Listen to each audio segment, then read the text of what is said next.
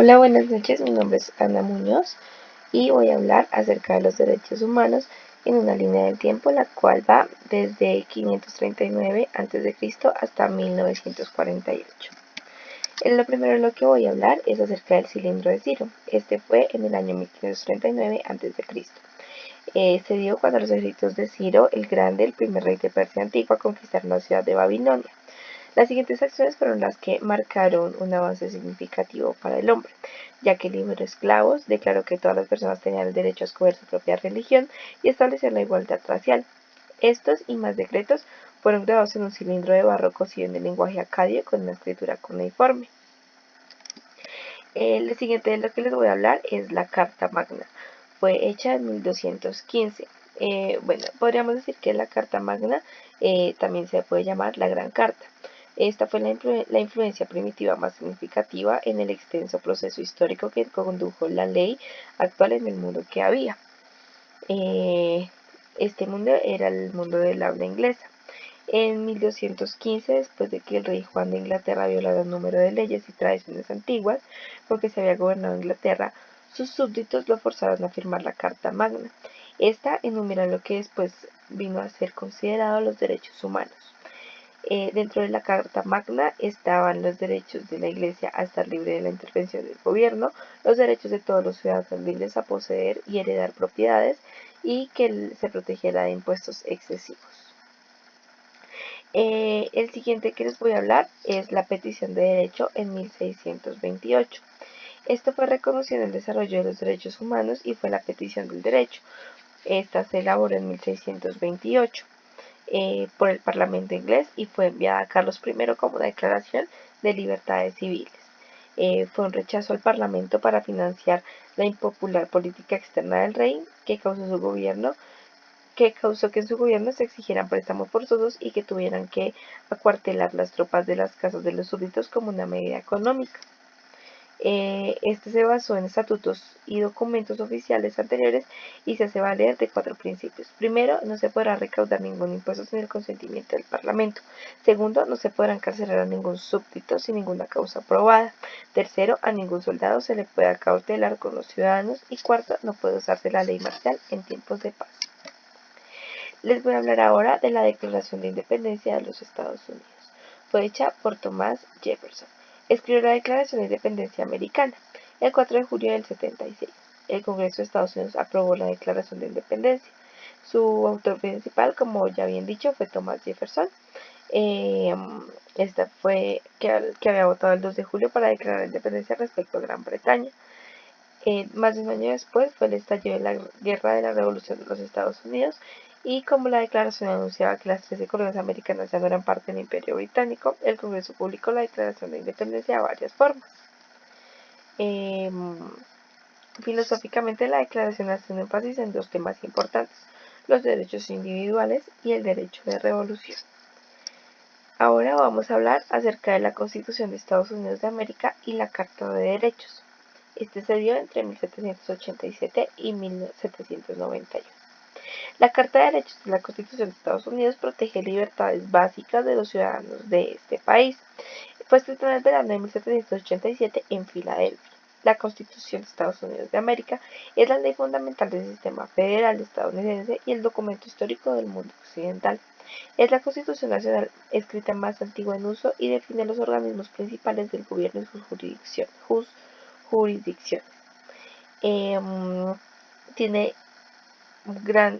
varias enmiendas, pero las 10 primeras enmiendas entraron en vigor el 15 de diciembre del 91, de 1791. Ahora vamos a hablar de la Declaración de Derechos del Hombre y de los Ciudadanos. Esta fue dada en 1789. Este fue cuando el pueblo de Francia causó la abolición de la monarquía absoluta y creó la plataforma para el establecimiento de la Primera República Francesa.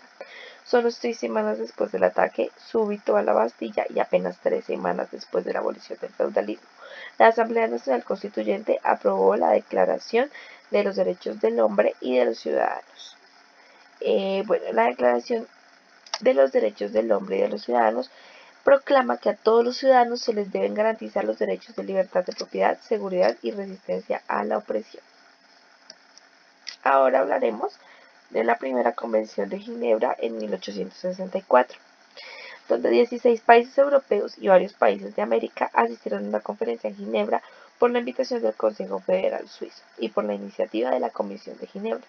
Esta conferencia diplomática se llevó a cabo con el propósito de adoptar un convenio para el tratamiento de soldados heridos en combate. Los principios más importantes establecidos y mantenidos por las últimas convenciones de Ginebra estipulan la obligación de proveer atención médica sin discriminación al personal militar herido o enfermo. Ahora hablaremos de la fundación de las Organizaciones Unidas, de la Organización de las Naciones Unidas, perdón. Esta fue cuando en la Segunda Guerra Mundial se había librado violentamente de 1939 a 1945, y al aproximarse el fin, las ciudades de toda Europa y Asia yacían en ruinas humeantes. Millones de personas murieron, millones más quedaron sin hogar y morían de hambre. Esto fue a causa, como ya se dijo, de la Segunda Guerra Mundial. Entonces, lo que pasó fue que las fuerzas rusas se acercaban rogando restos de la resistencia alemana a la bombardeada de la capital de Alemania, Berlín. En el Pacífico, los infantes de marina de Estados Unidos todavía estaban luchando contra las fuerzas japonesas. Se estaban atrincherando en islas como Okinawa. ¿Qué pasó? En abril de 1945, delegados de 50 naciones se reunieron en San Francisco, llenos de optimismo y esperanza. La meta de la Conferencia de las Naciones Unidas, Organización Internacional, fue crear un organismo internacional para proveer y promover la paz y evitar las guerras futuras. El acta constitutiva de la nueva Organización de las Naciones Unidas entró en vigencia el 24 de octubre de 1945. Esta fecha se celebra cada año como el Día de las Naciones Unidas. Y por último está la Declaración Universal de los Derechos Humanos, que fue en 1948. Esta fue la inspiración para muchas otras leyes sobre los derechos humanos. Para 1948, la nueva Comisión de Derechos Humanos de las Naciones Unidas se había apoderado de la atención del mundo. Bajo la presidencia dinámica de Eleanor Roosevelt, viuda del presidente Franklin Roosevelt, defensora de los derechos humanos por derecho propio y delegada de Estados Unidos ante la ONU. La Comisión se dispuso a redactar el documento que se convirtió en Declaración Universal de Derechos Humanos. Esta se atribuyó a la inspiración del documento a la esposa de Franklin, y se refirió a la declaración como la Carta Magna Internacional para toda la humanidad. Se adoptó por las Naciones Unidas el 10 de diciembre de 1948 y en su preámbulo, en el artículo 1, la declaración proclama, sin lugar a equivocaciones, los derechos inherentes a todos los seres humanos. La ignorancia y el desprecio de los derechos humanos han resultado en actos de barbarie ultrajantes para la conciencia de la humanidad, y la llegada de un mundo donde los seres humanos gozan de libertad de expresión y creencia y sean libres del miedo y la miseria se ha proclamado como la más alta aspiración de la gente común. Todos los seres humanos nacen libres e iguales en dignidad y derechos.